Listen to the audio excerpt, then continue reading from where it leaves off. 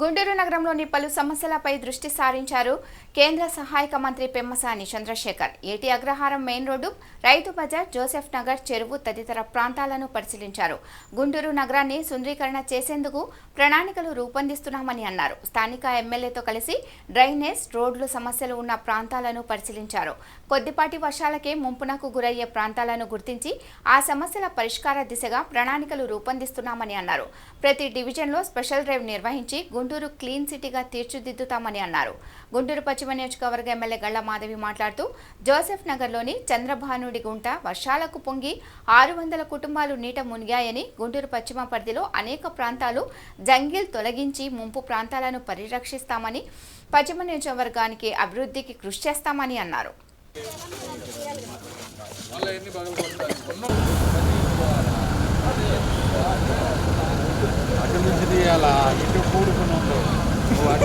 చాలా బాగా చేపిస్తాం. రోడ్లు వేయడానికి టైం పడుతుంది కానీ చాలా బాగా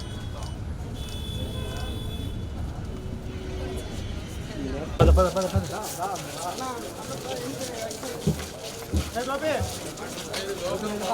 రోడ్ ఇవన్నీ కూర్చొని అన్ని క్లీన్ చేయించాం.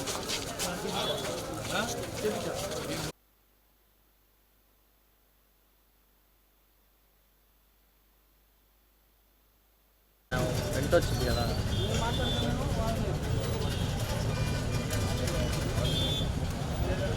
అదన్నా మామూలుగా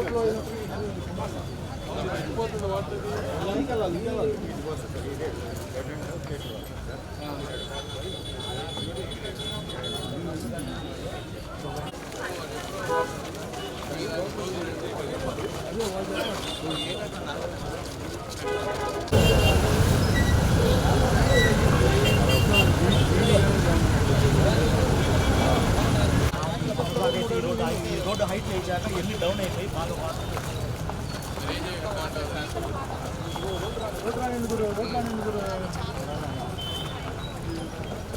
మొత్తం నడవండి అటు వెళ్దాం. ఏ గట్టిగా పుంటా క్యాప్ అన్నా కొంచెం వెనుక్కున్నా గొప్ప క్యాప్ అది.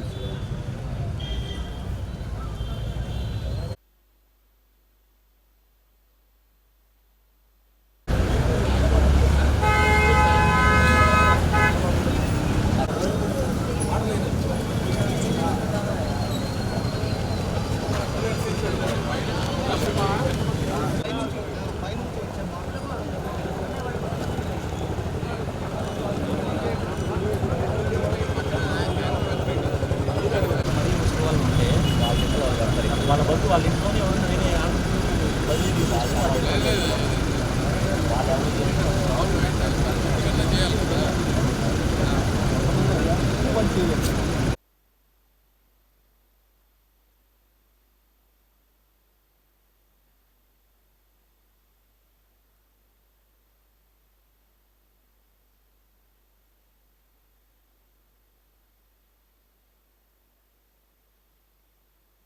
పాత్రికేయులందరికీ ధన్యవాదాలు.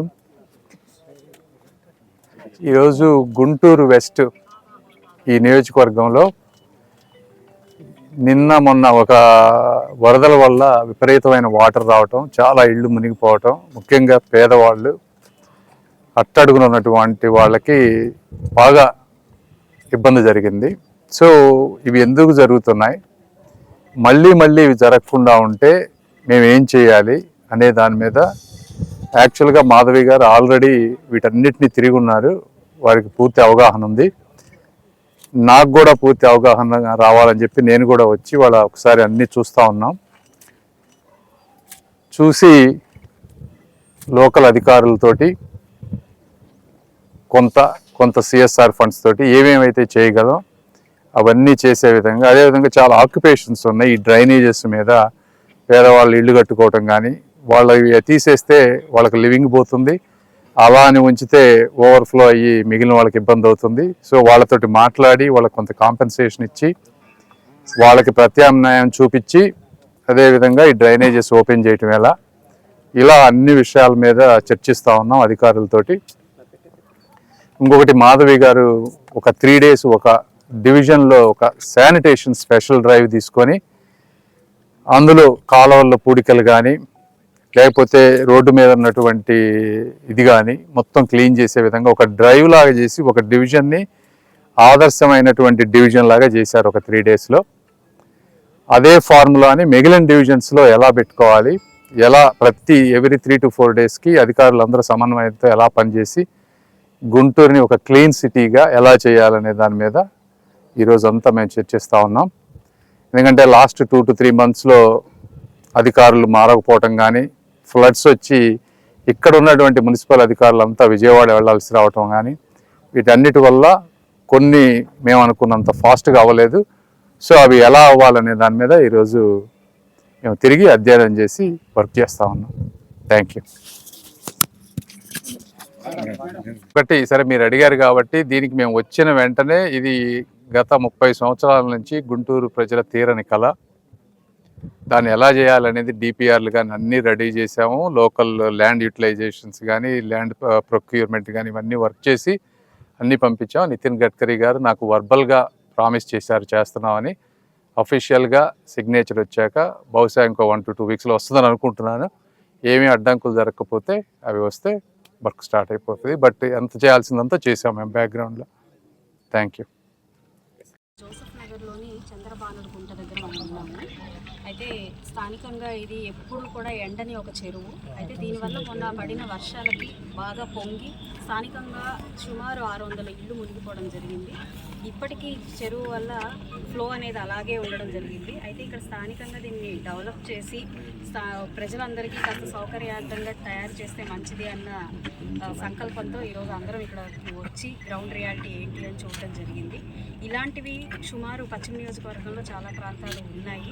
కాస్త మనం జంగిల్ క్లియరెన్స్ లాగా తీసేసి ప్రజలకి ఆరోగ్యపరంగా సౌకర్యవంతంగా చేయాల్సిన సమస్యలు ఎన్నో కూడా ఉన్నాయి. అందులో భాగంగానే స్పెషల్ శానిటరీ డ్రైవ్గా నిన్న కూడా మేము చేపట్టాము. ఒక డివిజన్ ఎంచుకొని కంప్లీట్గా క్లీన్ చేసి, అంటే ఎక్స్ట్రా సిబ్బంది అవసరమైనా కూడా క్లీన్ చేసి చూపించడం జరిగింది. అందరం పూనుకుంటే ఖచ్చితంగా గుంటూరు పశ్చిమ నియోజకవర్గం పరిశుభ్ర నియోజకవర్గం, పచ్చని నియోజకవర్గంగా మారుతీరుతుంది. సహాయ మంత్రి మనకి ఎంపీ గారు మాకు నిరంతరం సహాయ సహకారాలు అందిస్తూ ఉన్నారు.